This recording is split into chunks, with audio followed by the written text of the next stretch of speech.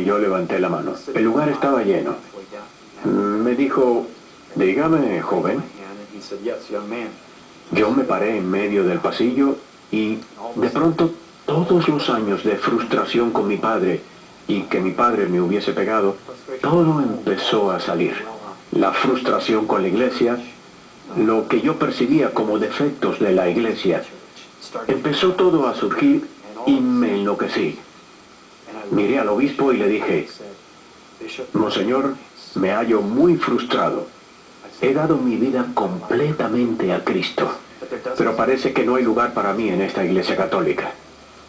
Y apuntándole, le grité diciendo, estoy harto de la iglesia católica. Hubo un silencio absoluto y le dije con mucha fuerza, y de ahora en adelante no soy católico.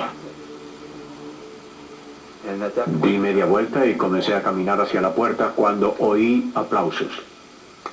Me volteé y vi que era el obispo y me dijo, luego quiero hablar contigo. Yo me fui. Me sentía muy frustrado. Esa noche no dormí. Desde luego, pensé que de seguro iría para el infierno. Por lo tanto, no pude dormir. A la mañana siguiente fui a rezar al convento y cuando entré allí, adivine quién estaba. El obispo. Yo sentí que se me iba la sangre del cuerpo y pensé, oh no. Él me dijo, ven acá.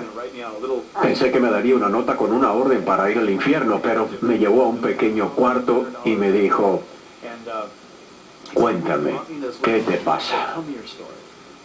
Yo le dije, Monseñor, estoy muy frustrado.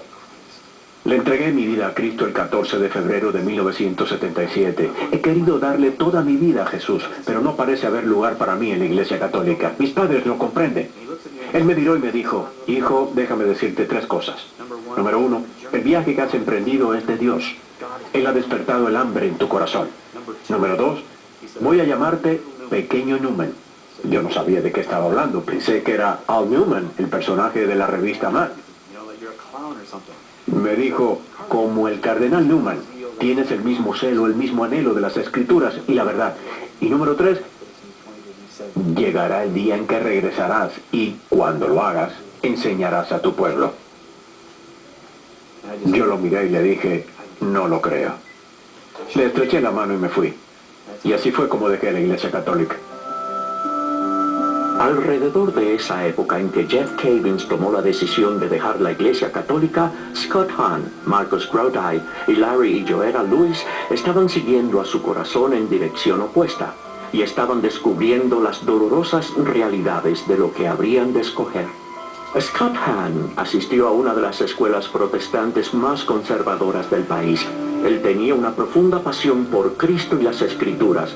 A la edad de 26 años se le pidió que fuese el decano de un seminario protestante, pero al igual que muchos de sus colegas, Scott tenía ideas equivocadas sobre la Iglesia Católica Romana que eran profundas. En una época él veía al Papa, y en particular, el cargo del Papa como el anticristo, el líder de la Iglesia que él creía había distorsionado y malinterpretado las enseñanzas de Jesús a través de los siglos. Yo era anticatólico porque cuando miraba hacia la Iglesia Católica veía algo que ninguna otra denominación de la tierra decía ser, la única, verdadera Iglesia fundada por Cristo a través de sus apóstoles, gobernada por sus sucesores con autoridad divina y un jefe infalible. Yo me formé recibiendo instrucción de hombres que tenían un profundo aprecio por la Reforma protestante, especialmente los escritos de Martín Lutero, y de él yo adquirí una fuerte repulsión por lo que la Iglesia Católica representaba, porque yo veía a la Iglesia Católica como corruptora del Evangelio sencillo, complicándolo con toda clase de invenciones humanas que no tenían por qué estar allí, y que no estaban allí al principio. María, el Papa, el purgatorio, los santos, los sacramentos y todo lo demás. ¿Era yo anticatólico? Sí, era anticatólico con una especie de venganza, porque yo veía a la Iglesia Católica como una institución humana. Yo no podía discernir la institución divina. Es muy parecido a cuando alguien oye hablar maravillas de los vitrales de una parroquia en particular.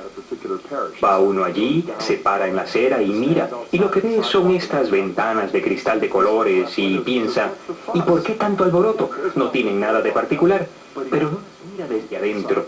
Y eso es lo que la oración y el estudio me llevaron a ver. Yo miré a la Iglesia Católica desde adentro y descubrí el trabajo de Jesucristo, mi Salvador. Hoy, Scott, su esposa Kimberly y sus niños viven en Steubenville, Ohio. Scott es profesor de teología en la Universidad Franciscana y toda la familia es ahora miembro de la Iglesia Católica. El viaje de Scott hacia la fe católica comenzó cuando empezó a cuestionar una de las enseñanzas básicas de Martín Lutero, sola fide. Lutero, junto con Juan Calvino, discrepó de las enseñanzas de la Iglesia Católica. Ellos sostenían que la justificación o el perdón de nuestros pecados por Dios sucede solo por medio de la fe. Ellos propugnaban que solo tenemos que creer en Dios y nuestros pecados serán perdonados, que solamente creer en Dios nos asegura el cielo. No importa cómo decidamos actuar o responder a ese amor. Esas ideas crearían una enorme división dentro de la Iglesia Católica y marcan el comienzo de la Reforma y la aparición de las iglesias protestantes. Scott Hahn, después de cuidadoso estudio y oración, llegó a descubrir el hecho histórico de que Lutero y sus seguidores hicieron cambios en las escrituras para ajustarlas a sus creencias personales.